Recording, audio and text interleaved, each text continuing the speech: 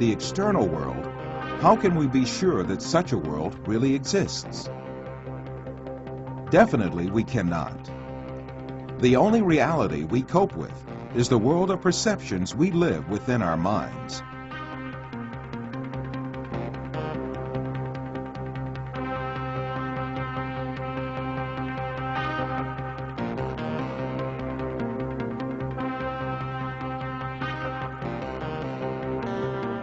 We believe in the existence of objects just because we see and touch them, and they are reflected to us by our perceptions. However, our perceptions are only ideas in our mind. Thus, objects we captivate by perceptions are nothing but ideas, and these ideas are essentially in nowhere but our mind. Since all these exist only in the mind, then it means that we are beguiled by deceptions when we imagine the universe and things to have an existence outside the mind. To imagine matter to have an existence outside the mind is indeed a deception. The perceptions we observe may well be coming from an artificial source. It is possible to see this in the mind's eye by an example.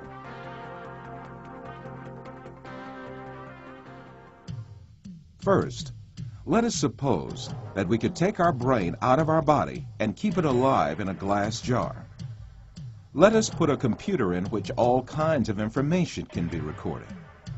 Finally, let us transmit the electrical signals of all the data related to a setting, such as image, sound, and smell, to this computer.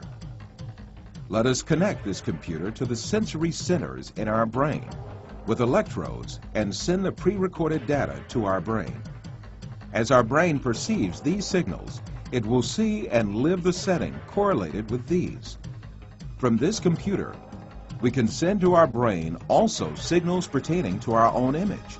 For instance, we can send to our brain the electrical correlates of such senses as sight, hearing, and touch that we perceive while we sit at a desk. In that state, our brain would think itself as a businessman sitting in his office. This imaginary world would continue as long as the stimulations keep coming from the computer. We would never realize that we only consist of a brain. It is indeed very easy for us to be deceived into believing perceptions without any material correlates to be real. This is just what happens in our dreams.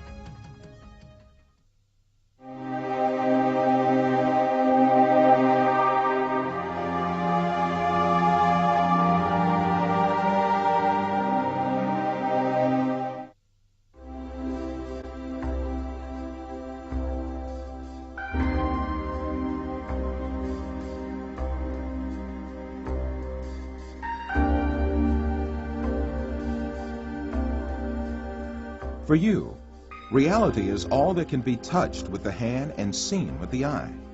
In your dreams, you can also touch with your hand and see with your eye. But in reality, you have neither hand nor eye, nor is there anything that can be touched or seen.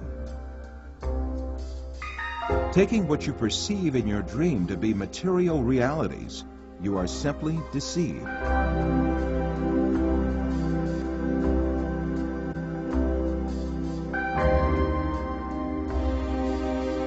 For example, a person deeply asleep in his bed may see himself in an entirely different world in his dream. He may dream that he is a pilot and command a giant airplane, and even spend a great effort to command the plane. In fact, this person has not taken even one step away from his bed.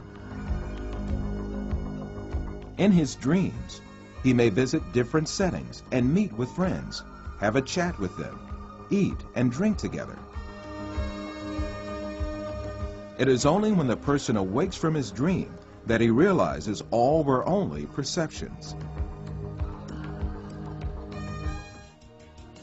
If we are able to live easily in an unreal world during our dreams, the same thing can equally be true for the world we live in. When we wake up from a dream, there is no logical reason for not thinking that we have entered a longer dream that we call real life.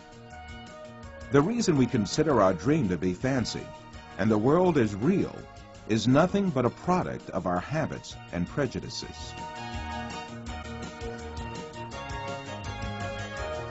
This suggests that we may well be awoken from the life on earth, which we think we are living right now, just as we are awoken from a dream.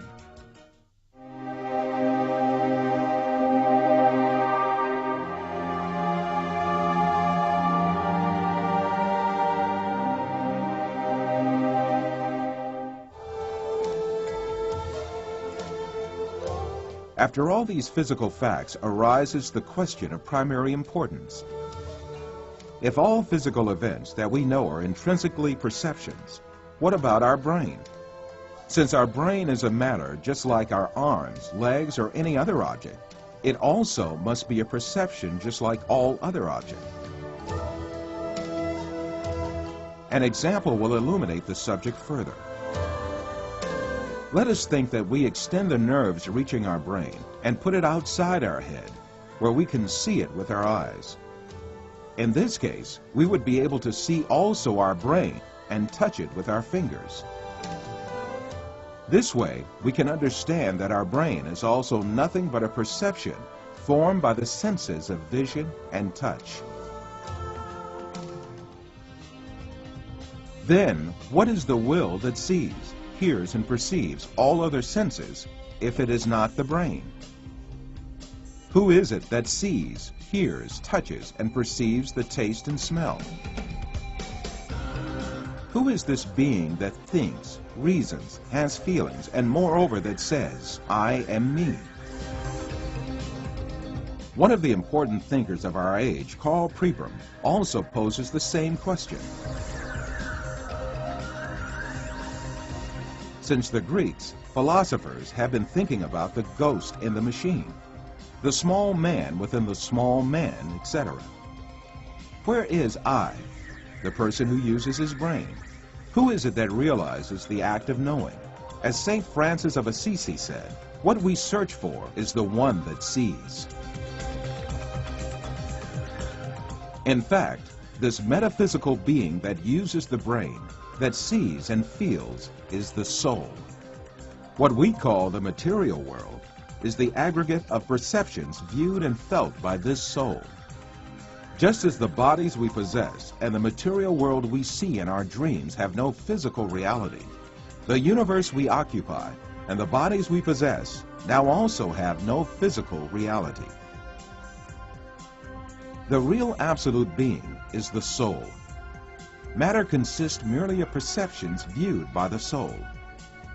Yes, even if we start with the presupposition that matter is real, the laws of physics, chemistry, and biology all lead us to the fact that matter consists of an illusion and to the inevitable actuality of a metaphysical matter. This is the secret beyond matter. This fact is so definite that it alarms some materialist scientists who think matter to be the absolute being. Science writer Lincoln Barnett says in his book, The Universe in Einstein, along with philosophers' reduction of all objective reality to a shadow world of perceptions, scientists have become aware of the alarming limitations of man's senses.